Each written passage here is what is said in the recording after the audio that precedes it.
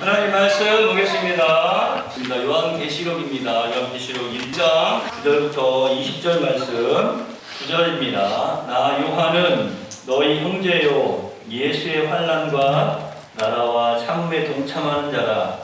하나님의 말씀과 예수를 증언하였으므로 말미암아 밤모라 하는 섬에 있었더니 내가 성령에 감동되어 내 귀에서 나는 나팔 소리 같은 큰 음성을 들으니 이르되 네가 보는 것을 두루마리에 써서 에베소, 서머나, 버가모, 두아니라, 사대, 빌라델비아, 라오디게아 등 7 교회에 보내라 하기로 오늘 우리가 나에게 말한 음성을 알아보려고 우리에게 7 큰 촛대를 보았는데 촛대 사이에 인자 같은 이가 발에 끌리는 옷을 입고 가슴에 금기를 띠고 그의 머리와 털에 띠가 흰 양털 같고 눈 같으며 그의 눈은 불꽃 같고 그의 발은 풀무불에 단련한 빛난 주석 같고 그의 음성은 많은 물소리 같으며 그의 오른손에 7 별이 있고 그의 입에서 4개의 달처럼 빛이 나오고 그 얼굴은 해와 깊게 비치는 것 같다. 내가 볼 때에 그의 발 앞에 엎드려져 죽은 자 같이 되매 그가 오른손을 내게 얹고 이르시되 두려워하지 말라. 나는 처음이요 마지막이니 곧 살아있는 자 내가 전에 죽었으므로 울지어다 이제 세세토록 살아있어 사망과 궁궐의 열쇠를 가져오니 그러므로 네가 본 것과 지금 있는 일과 장차 될 일을 기록하라. 네가 본 것은 내 오른손에 7 별의 비밀과 또 7 금촛대라. 7 별은 7 교회의 사자요 7 촛대는 7 교회이라. 아멘. 옆에 계신 분들 한번 바라보시죠. 말씀 듣고 은혜 받으세요. 다시 한번 우리 사랑의 앞을 알려주시면서 예수님의 이름으로 사랑합니다. 하나님 당신을 사랑하십니다. 나도 당신을 사랑합니다. 자, 건강하세요. 부활의 가장 확실한 증거를 제가 오늘 들고 나왔습니다. 부활의 가장 확실한 증거가 오늘 이 본문 말씀에 기록되어져 있습니다. 오늘 새벽에도 우리가 함께 부활주의 새벽 예배를 드리면서 빈 무덤에 대해서 설명을 해드렸죠. 그것 또한 참 너무나 멋진 증거입니다. 그런데 그 빈 무덤은 우리가 달려가 보지 못했어요.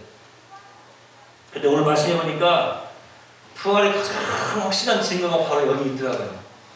오늘 이 말씀을 통해서 저 여러분이 부활하신 예수님 다시 만나기를 소망합니다. 우리 생명의 주님 다시 만나기를 소망합니다. 오늘 이 말씀이 기록되어져 있는 이 장소가 어디냐면 밤모섬이라고 하는 밤모섬. 제가 말씀을 준비하면서 전에 한번 우리 네월교회에서도 성경 지리 탐방 성지순례를 말하고 성경에 나와 있는 그 장소의 소풍 여행 그렇게 이야기를 한다고 그래요. 그래서 우리도 한번 갑시다. 장로님이랑 한번 같이 대화를 나눴던 적이 있는데 이 밤모섬도 그때 가보면 될 것 같아요. 그래서 밤모섬뿐만 아니라 보통 많이 이렇게 터키 이런 그런 지역을 이렇게 많이 여행을 가시더라고요. 좀 기대하시고 그때 가가지고 돈 너무 많이 들면 어떻게 걱정하지 마시고 지금부터 1,000원씩 잘 이렇게 저금을 해놓으시면 될 것 같아요. 좀 잘 저금해 놓으시고 하여튼 그런 기회를 우리에게 또 허락해 주시기 소망해 봅니다. 하여튼 이 밤모섬이라고 하는 것은 되게 큰 섬이 아니에요. 길이가 16km, 넓이는 한 9km 정도 되는 그런 섬이에요. 그러니까 에베소 지역의 이 앞에, 에베소 지역 앞에 있는 이 스포라데스라고 하는 그 많은 그 섬들 가운데 한 섬이 밤모섬이에요. 우리 지금 남해 같은 데 가면은 또 저기 서해안도 가보면 지금 선유도 같은 데 가면 다리를 다 연결해 놨지만 주변에 보면 섬들이 많이 있지 않습니까? 그런 것처럼 섬이 이렇게 여러 개 있는데 그 가운데 하나가 밤모섬인데 이 밤모섬은 특별히 유명해요. 왜 유명하냐면 로마라고 하는 곳에서 에베소로 가기 위해서는 이 밤모섬을 꼭 거쳐야 됩니다. 저기 통영에 가면 전 세계 요트를 타고 다니는 그 여행자들이 그 통영에 이렇게 들르게 돼 있어요. 왜냐하면 이제 그 통영을 거쳐서 혹은 뭐 일본으로 가거나 뭐 다른 나라로 이렇게 가는 그런 기착지예요. 잠깐 쉬는 기착지. 그러니까 반모섬은 로마에서 에베소로 갈 때 들리는 마지막 기착지고, 반대로 에베소에서 로마 갈 때에는 이제 반드시 또 이 반모섬에 이제 들렸다가 로마로 가게 되었어요.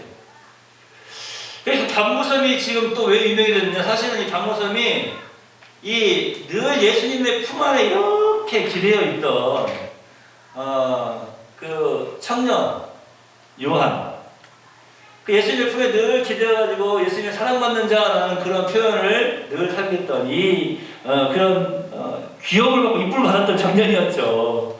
그런 제자였죠. 그런데 그 청년이 이제는 백발이 성성한 노인이 되었습니다. 그 요한이 지금 이 반모섬에 갇혀 있는 거예요. 유배되어 있는 거예요. 왜 그런가 하면 이 요한이 도미티안이라고 하는 그 황제 때, 도미티안 황제로 있을 때에 이제 기독교가 큰 핍박을 받습니다. 이 도미티안 황제 때 제가 전에 한번 요한계시록의 7교회 설명해 드리면서 이제 더가목 교회에 안디바가 순교를 당했다라고 말씀드리지 않았습니까? 바로 이 도미티안 황제 때 그런 거예요.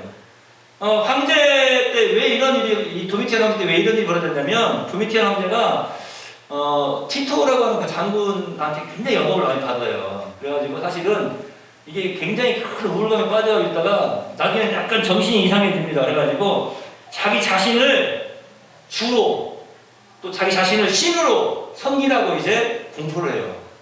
그러니까 나 말고 다른 신을 섬기면 다 잡아 죽이라는 거죠. 그런 일이 벌어지니까 안디바가 결국에는 황제 숭배 거부 의사를 밝히고 순교를 당합니다. 당연히 요한도 하나님의 말씀을 증거하면서 황제 숭배를 거부를 했고, 그 결과 지금 이 요한은 반모섬에 유배가 되어 있는 거예요. 사실은 이 반모섬에 유배가 됐다라고 하는 것은 이제 언제 죽을지 모르는 거예요. 황제가 딱 소식을 전하면 그냥 바로 그냥 죽게 되는 거예요. 그러니까 사실은 요한이 반모섬에 살아나왔다고 하는 것 또한 기적이 돼요. 나중에 이제 나와가지고 이제 그 교회에서 제가 늘 말씀드리지 않았습니까? 이제 하나님 품으로 들어가기 전에 항상 강단에 딱 양쪽에 두 사람이 붙잡고 올라오면은 항상 설교가 똑같았다고 그래요. 똑같아. 어떤 설교였어요? 서로 사랑하라 하고 내려가요. 그 다음 주에 또 올라와가지고 서로 사랑하라 하고 그 한마디, 근데 그냥 그 한마디 말씀 듣고 모든 성도들이 자기를 뜨지를 못하고 기도하고 함께 더 집중해서 믿음으로 신앙생활을 했다. 하여튼 하나님의 역사가 우리 네월교회에도 충만하기를 소망합니다. 하여튼 이 반모섬에 유배된 노인, 이제 어르신 이 요한, 예수님의 품에 있던 청년 요한이 아니에요. 사실 한번 생각해 보세요. 이 요한이 지금 이 반모섬에 있으면서 갇혀 있잖아요. 내가 마음 먹으면 배를 타고 나갈 수 있는 것도 아니고, 사실은 나가고 싶어도 나가지 못하고 갇혀 있는 상황이었어요. 얼마나 외로웠겠습니까? 그 반모섬에 있는 어떤 사람들, 반모섬의 그 경치들이 뭐 굉장히 아름답다. 장관을 이룬다고. 동물이들, 뭐 그다음에 그 바다로 인해서 뚫려진 그 동굴들, 뭐 저기 부안에 채석강에 가면, 덕포에 채석강에 가면 그 동굴들보다 더 멋진 막 동굴들이 있고, 그 사진 찍기 좋은 곳이잖아요. 그런 포토존. 그런데 그보다 더 멋진 그런 경치들이 있다 할지라도 그것도 하루 이틀이지.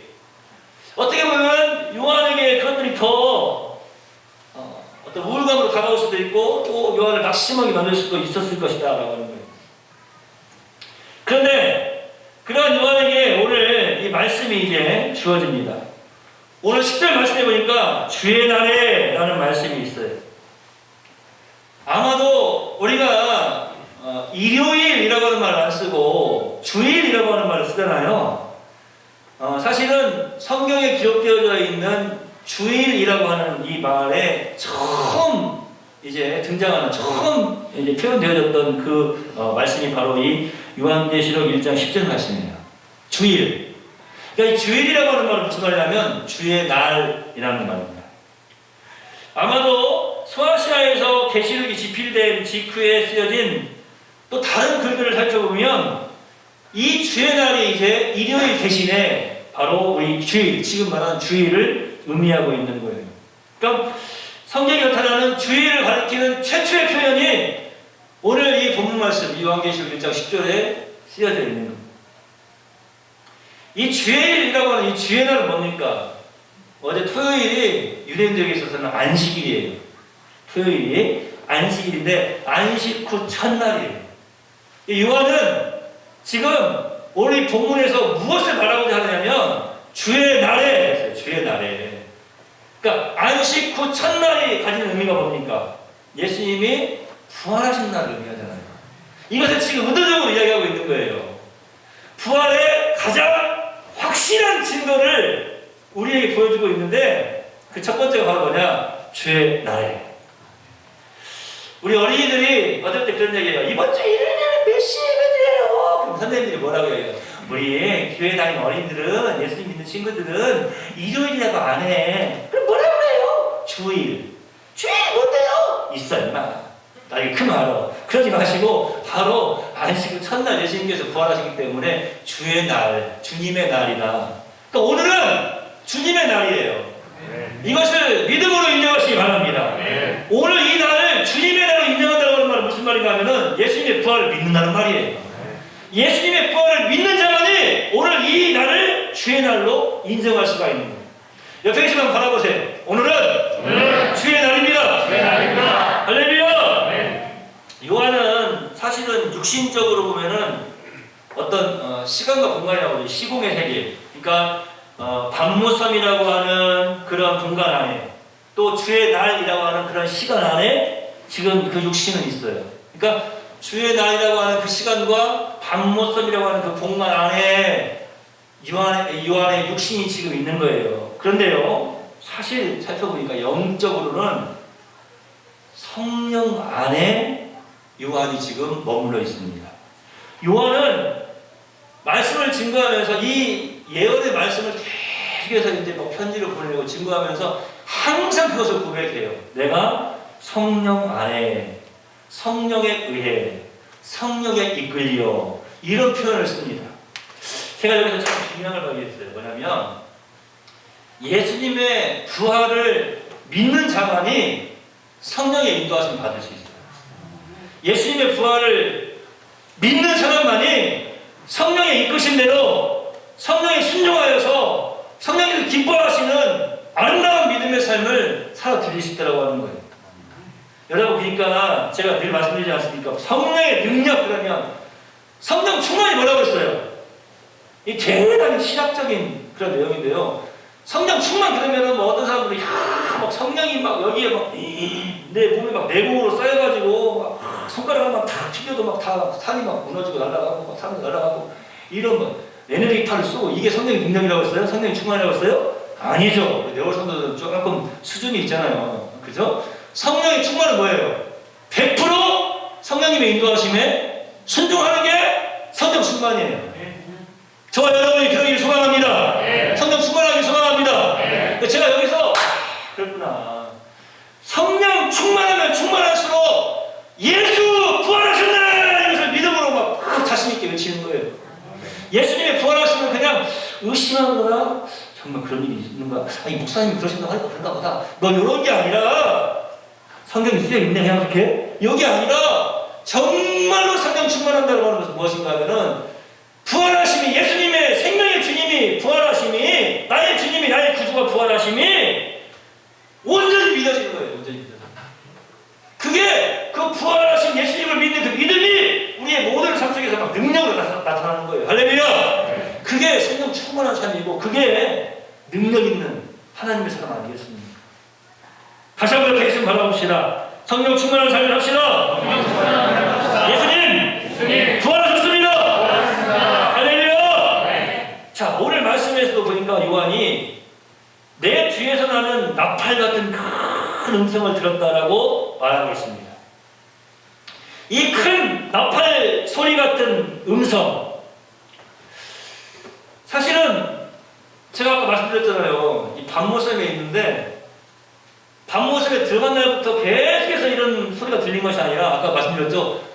하루 이틀도 아니고 계속 똑같은 것들 보고 어느 공간에 이제 딱 갇혀서 살다 보면 얼마나 답답하겠어요, 사실. 그런데 그렇게 고요한 가운데 있는데 큰 음성이 있다고 했어요.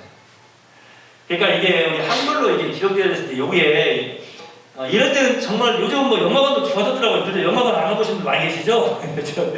영화관도 가보면요, 전에는 영화관 앞에 이렇게 앞에서만 스크린으로 영화를 봤잖아요. 그리고 어떤 스피커에서 이렇게 지금 나오는 것처럼 스피커에서 한쪽에서만 소리가 나오잖아요. 요즘은 안 그러죠, 우리 젊은이들. 어때? 요즘은 차를 타고 가면은 이 엉덩이에서 차가 들어서 보면 엉덩이가 들어서 이렇게 이해가 돼요? 그다음에 소리가 앞에서만 나는 게 아니라 막 뒤에서 위에서 밑에서 서라운드 막 전체적으로 막 소리가 들려요. 막 총알이 퓨 이렇게 여기서 막 계속 퓨 하는 게 아니라 퓨 뭐 이런 차가 달리는 것도 마찬가지고 막 서라운드로 입체적으로 계속 그 소리가 나거든요. 이렇게 이제 설교를 들을 때에도 그걸 좀 표현을 해드릴 수가 없는데 성경에서 이 시간 여러분에게 그런 입체적인 좀 서라운드적인 그런 좀 막 엉덩이도 막 들썩들썩하고 이게 무슨 말인가 하면은 고요함 나오는데 요한이 있는데 갑자기 큰 음성이 났다고 그랬어요. 근데 여러분 보세요. 이 크다라고 하는 말이요. 제가 전에 한번 큰 소리로 설명을 드리지 않습니까? 크죠. 또 이 까마귀가 우는 소리 같은 큰 소리, 뭐 악을 쓰는 소리 같은 굉장히 큰 소리, 이런 소리들을 설명을 해드렸는데 그냥 말로는 표현이 안 돼요. 그렇다고 제가 그래서 또 큰 소리를 내봤자 얼마나 되겠습니까? 그래서 여러분 한번 귀를 한번 봐보실래요? 제가 큰 소리 한번 내볼게요. 네. 자, 어때요? 들렸어요? 네. 하여튼 이게 표현이 안 돼요. 이 큰 소리가. 근데 내 뒤에서 나는 나팔 같은 큰 음성을 했어요. 나팔 소리 같은 큰 음성이야. 요한이 표현을 하고 싶은 거예요. 근데 그 당시에 제일 큰 소리가 뭐냐? 바로 군사들이 행진할 때 아니면 왕이 이제 왕국으로 입성할 때 내는 나팔 소리. 그게 가장 그가 표현할 수 있는 큰 소리야. 지금 우리가 표현할 수 있는 가장 큰 소리는 뭐예요? 뭘로 표현할 거예요? 제가 오늘도 그 우크라이나를 위해서 기도했는데 그 폭탄 소리가 얼마나 무섭겠습니까? 한 번은 저도 이렇게 집에 있는데요. 헬리콥터가 지나가는 거예요. 헬리콥터가 지나가는데 너무나 낮게 떠서 지나가는 것 같아요. 바로 그냥 위에서 지나가는 것 같아요. 집이 움직일 정도로 탕탕탕탕탕탕탕탕 지나가는데 그 소리도 컸어요. 그런데 한 번씩 그 전투기 소리 있잖아요. 지나가는 거 소리 얼마나 시끄러운지 모르겠어요. 근데 그게 그냥 지나가고 끝날 거 그렇지, 만약에 그게 지나가면서 폭탄이 떨어져가지고 내 가족이 죽고 내가 죽고 얼마나 무섭겠어요. 여러분 좀 함께 기도합시다. 하여튼 소리 표현하다고 그랬는데, 자, 어떤 소리가 가장 큰 소리예요? 장모님, 어떤 소리가 가장 큰 소리예요? 깡마리가 파다라 하는 소리가 제일 큰 소리예요. 여러분 어떤 소리가 제일 큰 소리예요? 한번 생각해보세요. 가장 큰 소리. 목사님 소리도 만만치 않아요. 그러신 분 계실지 모르겠지만 하여튼 요한이 든 소리는 그가 표현할 수 있는 가장 큰 소리를 지금 표현하고 있는 거예요. 나팔 소리 같다 이렇게 표현을 합니다. 그 큰 나팔 소리 같은 음성, 제가 지금 이 말씀을 드리면은 여러분들은 이 말씀을 좀 오늘 부활주의니까 좀 적용할 줄 아는 그런 지혜가 있으셔야 돼요. 제가 지금 이 음성 이야기를 왜 하겠어요? 죄송스러운데 용서하시고 들으시기 바랍니다. 이제 곧 내일 모레 하시는 분들이 막 이렇게 음성이 막 우렁찬가요? 나 내일 모레 죽는다! 나 조금 있으면 죽어! 잘 살아라! 이러십니까? 안 그래요. 내가 언제나 불을 마시고 하도 믿음 생활 잘해. 끝까지 승리하고 예수 안에서 승리해. 그 작은 목소리로 해도 우리가 얼마나 그 목소리에 감동을 받습니까? 막 쩌렁쩌렁하게 이야기하지 않거든요. 나 죽는다! 이렇게 죽지 않아요. 하면서 이렇게 목소리가. 근데 제가 지금 이 음성 이야기 하는데 요한이 지금 이 음성을 표현하는데 나팔 소리 같은 큰 음성. 요한을 막 주의를 막 집중적으로, 그리고 어떻게 보면 막 충격적으로 이끌었던 하면서 막 고개를 돌리고 그 소리 나는 쪽을 향해서 그냥 온 정신을 다 쏟아부을 수 있는 그러한 소리. 그런데 그 소리가 두려움이 아니라는 거예요. 오히려 큰 나팔을 들어 무서워라 이런 게 아니라 감동이 되고 막 등에서 막 땀이 쫙 나면서 우 하면서 얼른 그 소리 나는 곳을 향해서 돌아보는 그런 정도? 이렇게 표현해야 될까요? 과연 그게 어떤 사람의 음성이었을까? 아니면 천사의 음성이었을까? 아니면 큰 쓰나미와 같은 파도 소리 음성도 그 어떤 세상의 소리도 아니라 오늘 11절과 19절 말씀에 보니까 그 큰 나팔 소리와 같은 음성은 예수님의 음성이었어요. 이게 무엇을 의미합니까? 우리 예수님은 오늘 본문 말씀에서도 내가 전에 죽었었노라. 죽었던 자 아닙니까? 죽었던 자가 이런 소리를 낼 수 있어요? 아니에요. 바로 부활의 가장 확실한 첫 번째 증거가 무엇이었는가? 요한이 그토록 큰 소리로 들었던 이 음성의 주인공, 그분이 바로 부활하신 예수님이셨다는 사실이. 오늘 이 말씀이 여러분의 모든 삶 속에, 저와 여러분의 모든 삶 속에 우리 주님의 놀라운 능력의 음성으로 들려지기를 간절히 소망해 봅니다. 여러분 계시록을 살펴보면요, 예수님의 모습이 아주 다양하게 나타나고 있어요. 계시록 5장에 보면 죽임을 당한 어린 양의 모습으로, 또 계시록 19장에 보면 막 나중에 이제 백마탄 이제 임금의 모습으로 나타나 있는데, 오늘 요한복음 1장에서는요 많은 물소리 같은 또 큰 나팔소리와 같은 소리를 내는 음성을 말씀하시는 분으로 나타나고 있는 거예요. 여기서 좀 더 살펴볼 게 있어요. 제가 아까 그 음성을 들으면서 이러면서 고개를 딱 돌려봤는데, 딱 고개를 돌려봤을 때 여러분 그런 거 있잖아요. 자, 오늘 딱 예배 마치고 나가시면서 이렇게 왼쪽으로 딱 가면은 이제 내리막길이야. 오른쪽으로 딱 보면 산이 보이겠죠? 그죠? 어디를 딱 돌아보면 딱 산이 딱 보이잖아요. 딱 뭐가 딱 보이잖아요. 뭐가 이게 딱 보이잖아요. 자, 지금 우리 한정호 선생님 앉은 곳에서 왼쪽을 딱 보면 강만혜 권사님 계시고, 오른쪽을 딱 보면 이래니 오빠가 딱 앉아 계시고, 그런 거예요. 똑같이 거의 뭐 자리도 비슷비슷해요. 우리 선생님들 좀 자리도 좀 이번 주에 여기 앉으세요. 좀 다음 주에 좀 여기 좀 앉으세요. 저도 설교를 하다가 꼭 보면은 여기 있으면 이 사람 여기 있지 하고, 어떤 사람은 그 사람이 그대로 있어. 그러지 않아야 되거든요. 이 사람 여기 있고 어디 저쪽에 있네. 이게 좀 새롭지 않겠어요? 아마 우리 정윤 집사님이 당장 다음 주 대처주로 가실 것 같아요. 자리를 좀 섞어서 앉으세요. 괜찮습니다. 우리 장로님들도 꼭 앞에 앉으셔도 돼요. 어쩔 때 저쪽에 앉으셔도 돼요. 그러니까 오늘 좀 피곤해, 너무 힘들어. 저 뒤에 가서 좀 이렇게 앉아서 좀 조시고 그러셔도 괜찮습니다.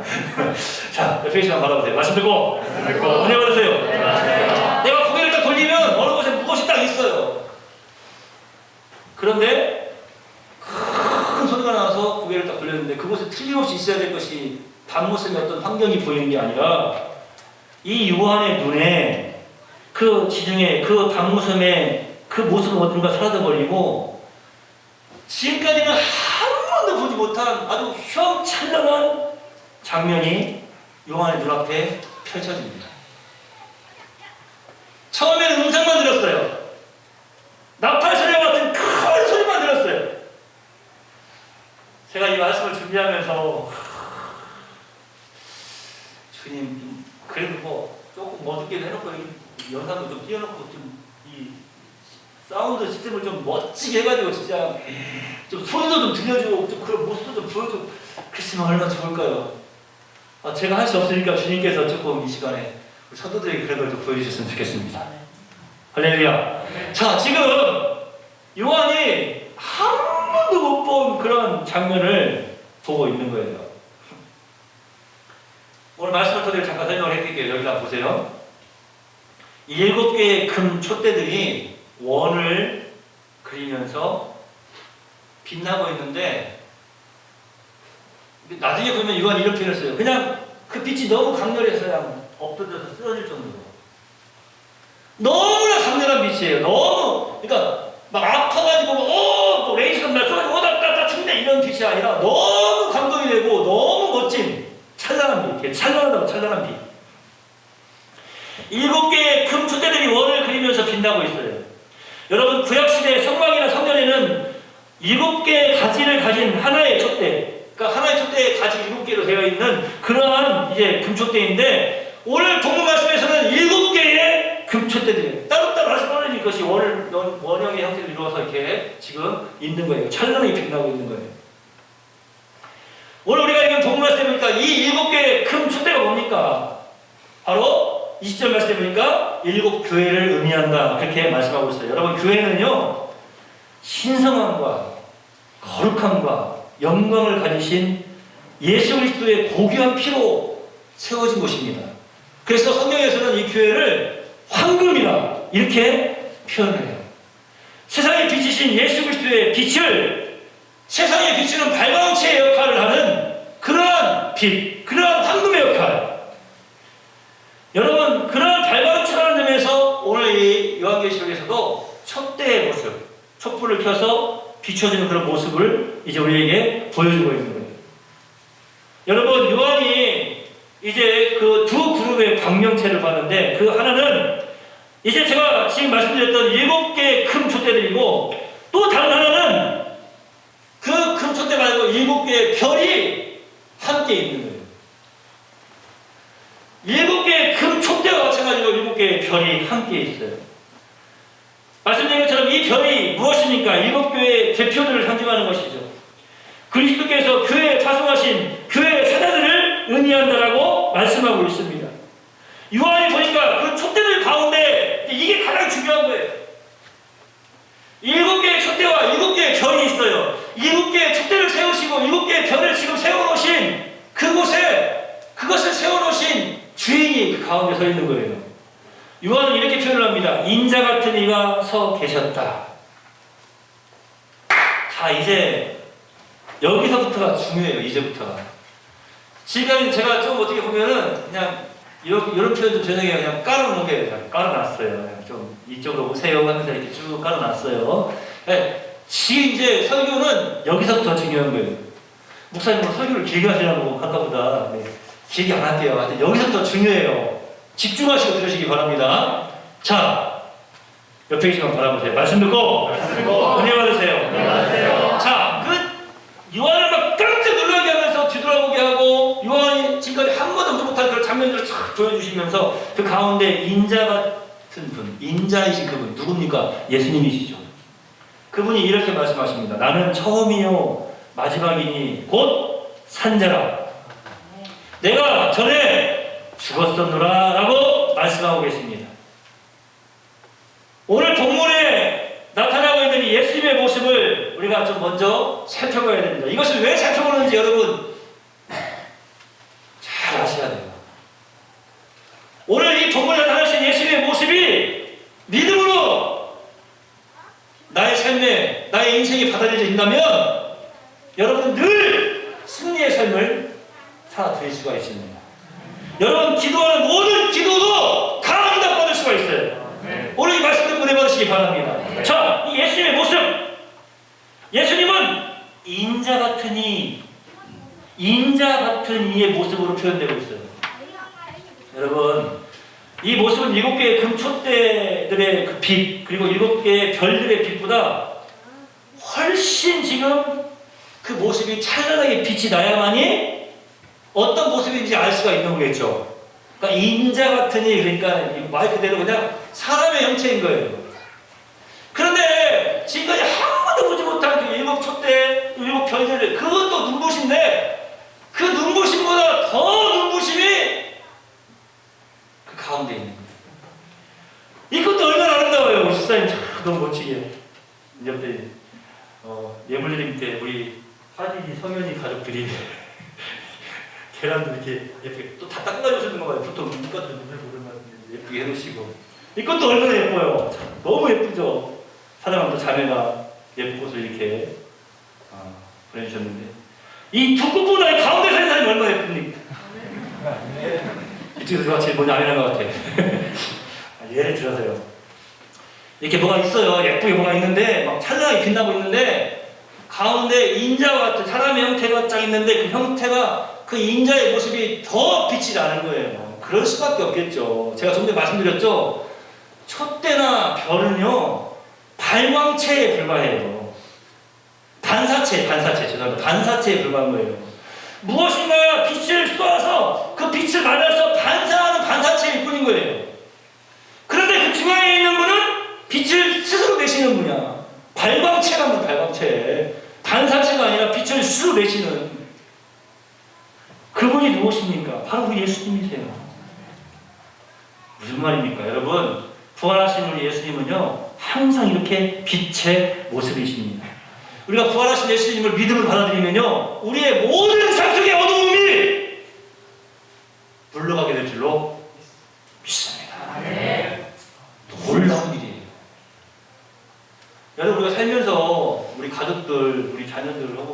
사업장에 아니면 우리 어떤 무슨 산속에 어두운 부분이 있죠?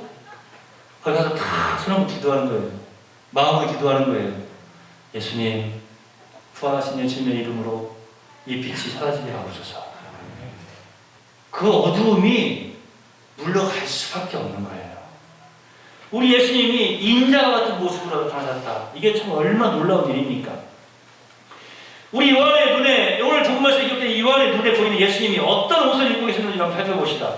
오늘 10장 말씀에 보니까 발에 끌리는 옷, 이것은 구약의 제사장들이나 왕이나, 그러니까 이 모습은 어떤 모습인가 하면 지금 예수님이 십자가를 지시고 십자가에서 생명을 주셨던 그 가시 면류관을 쓰고 계시던 그 예수님의 모습이 아니에요. 죽으신 다음에 무덤에 장사되어질 때 그 누워 계시던 그 죽음의 모습, 그 모습의 예수님이 아니에요. 왕과 같은, 제사장과 같은 위엄이 있는 정말로 큰 능력을 가진 사람들의 그 옷차림의 모습으로 발에 끌리는 예수님의 옷을 설명을 하고 있어요. 이어서 가슴에 금띠를 띄었는데 이것 또한 구약에 보면요 대제사장만이 금띠를 띱니다. 그런데 대제사장은요 실제 금이 아니라 황금 색깔, 황금 실로 된 띠를 띄었어요. 그런데 오늘 요한이 표현하는 우리 예수님은 어떤 지금 금띠를 띄셨는가? 전체가 황금으로 된 띠를 지금 띄고 계신다는 사실이에요. 다리 끌리는 옷과 가슴에 금띠를 띈 모습은 위엄이 넘치는 아주 높은 분의 그런 옷차림의 모습 아니겠습니까? 여러분, 이 요한계시록 1장 5절의 말씀을 보니까 우리 예수님은요 왕 중의 왕이다 이런 표현을 써요. 왕 중의 왕이다. 저는 늘 그렇게 말씀드리죠. 왕 위의 왕. 그냥 왕들 가운데 한 왕이 아니라 왕 위의 왕이에요. 어떤 왕들 가운데서 표현할 수 없는 그런 왕. 가장 높으신 왕. 그런 왕 중의 왕. 왕 위의 왕의 옷차림의 모습으로 나타나고 있어요. 바로 부활하신 우리 예수님. 자, 우리 예수님, 부활하신 예수님, 요한이 말하고 있는 이 부활하신 예수님의 그 얼굴 모양도, 아니 인상도 한번 살펴볼까요? 먼저 우리 예수님의 이 머리입니다. 이 머리털이에요, 머리털. 여러분, 머리털이 희다라고 하는 것은 이제 예수님의 순수와 또 완전함을 상징합니다. 옛적부터 계신, 창세전부터 계신, 영원하신 예수 그리스도를 의미하고 있는 거예요. 여러분, 그런 의미에서 볼 때 우리 예수님께서 왜 죽으셨는가라고 생각해요. 나의 죄를 다 사하시고 나를 구원하시고 생명을 주셨어요. 옛적부터 계시고 창세전부터 계셨던 주님. 그의 얼굴은 해가 힘있게 비치는 것 같다 이렇게 말씀하고 있습니다. 그의 눈은 어떻습니까? 다니엘서 10장 5절과 6절에 있는 것처럼 인자의 눈이 불꽃 같다라고 했는데 요한이 본 눈도 바로 그거예요. 모든 것을 다 꿰뚫어 보시고 대적들을 심판하시는 모습으로 그의 눈이 밝게 빛나고 있었다는 사실입니다. 예수님의 입은 어떻습니까? 좌우의 날선 검. 그 좌우의 날선 검이 입에서 나온다라고 되어 있는데 제가 이 검이 어떤 검인가 한번 살펴봤어요. 그랬더니 롬파이아라고 하는 그런 단어를 썼어요. 롬파이아가 뭔가 봤더니 그냥 검이 아니에요. 식당에서는 뭐 식칼 정도 이런 아니면 그냥 좀 이렇게 단검 정도가 아니라 정말로 무거워 들 수도 없을 정도의 큰 장검. 그러니까 한번 휘두르면 그냥 축tuk 날개라고 하죠. 적들이 그냥 우수수 나가 떨어질 정도의 큰 장검. 막 게임 좋아하시는 분들은 지금 이럴 때 그 장검이 생각날 거예요. 그 검 이름이 뭔지 모르겠지만 누구한테 물어봐야 되나? 그런 게임은 안 하죠. 하여튼 그렇게 장검, 큰 장검인데 좌우에 날이 선 검이 롬파이다. 주님이 예리한 말씀으로 이 말씀의 검으로 만국을 심판하시고 자기 백성을 구원하시는 것을 상징하고 있습니다. 우리 예수님의 음성은 맑은 많은 물소리와 같다라고 말씀하고 있어요. 하나님의 권세 있는 음성. 우리 예수님의 오른손도 표현이 됩니다. 오른손이 7뼈를 잡고 있다고 하는 거예요. 7 교회의 사자들을 우리 예수님께서 오른손으로 붙잡고 계신다. 할렐루야! 네. 저도 말씀을 드리자면 그렇구나. 주님께서 주의 오른손으로 나를 붙들어주고 계시는구나. 다시 한번 이것을 믿으며 감사와 찬송과 영광을 올려드렸어요.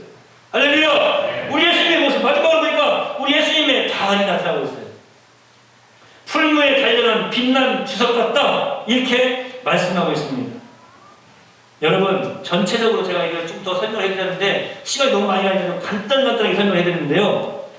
여러분, 부활하시어서, 승천하시어서, 하나님 우편에 계시는 우리 주님, 우리 예수님께서는 그리스도는 만왕 위의 왕, 만왕 중의 왕, 만주의 주, 그리고 살아계신 하나님이시라는 것을 우리에게 분명하게 들려주고 보여주는 그런 메시지입니다.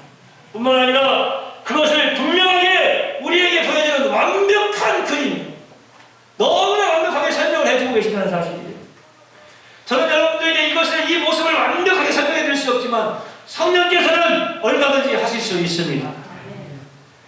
그는 전능하시고 전지하시고 절대 정의와 주권과 위엄과 사랑을 지니신 왕중 왕이십니다. 여러분, 제가 이것을 지금 왜 말씀드립니까? 제가 이것이 중요하다고 하는 이유가 있어요. 우리 주님은 지금요, 왕 중의 왕의 모습으로 요한 앞에 딱 나타나셨는데, 요한 앞에 왜 나타나셨느냐라고 하는 거예요. 요한이 밤모습에 갇혀 있으니까요? 요한만을 위해서요? 아니에요.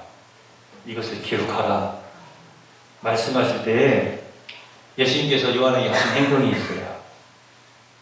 요한에게 예수님의 오른손을 대시면서 그를 위로하고 계십니다. 오늘 부활하신 우리 예수님, 존귀하신 우리 예수님께서 그의 오른손을 우리 내월 성도들 위해 대시고 위로하시기를 소망합니다. 주님의 부활의 그 능력의 손길로 그 오른손으로 요한을 어루만지시면서 위로하고 계십니다. 이 주님의 위로가 있으면 그 어떤 상황 속에서도 힘을 낼 수가 있는 것입니다. 이것이 중요한 거예요. 우리가 부활하신 예수님의 머리카락과 눈과 발과 음성과 오른손과 발, 입과 그 얼굴을 쭉 살펴본 이유가 무엇입니까? 부활하신 우리 예수님께서 지금 실제로 이렇게 살아계셔서 우리와 함께하고 계심을 깨달아 알고 느끼고 힘을 깨달아 알고 느끼고 힘을 내고 감사하고 또 감사하다는 거예요. 이것이 바로 오늘 우리에게 주님께서 말씀하시는 가장 중요한 메시지의 핵심입니다. 존귀하신 주님께서 나는 처음이요 마지막이니 곧 산자라 내가 전에 죽었었느라 볼지어다 이제 세세토록 살아있어 사망과 음부의 열쇠를 가졌다라고 말씀하시면서 자신의 신분을 분명하게 밝혀주셨습니다. 우리 예수님은 처음과 마지막, 즉 영원하신 분이십니다. 여호와와 자신을 동일하게 말씀하신 우리 예수님, 그 예수님은 영원히 살아계십니다. 할렐루야! 생명의 원천이신 주님, 그분이 오늘 우리의 머리 위에 오른손을 얹으시고 우리를 어루만져 주십니다.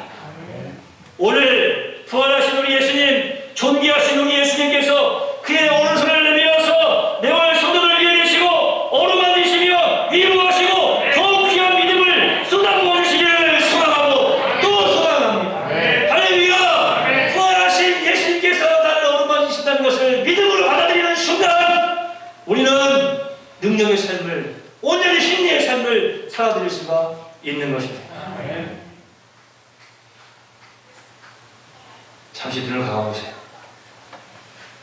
오늘 여기 주의 백성들의 머리 위에 부활하신 예수님 손을 얹고 어루만져 주시며 저들의 가정과 자녀들과 사업 위에 모든 순간순간 범사에 주님의 부활하신 오른손에 어루만지심이 늘 충만케 하옵소서.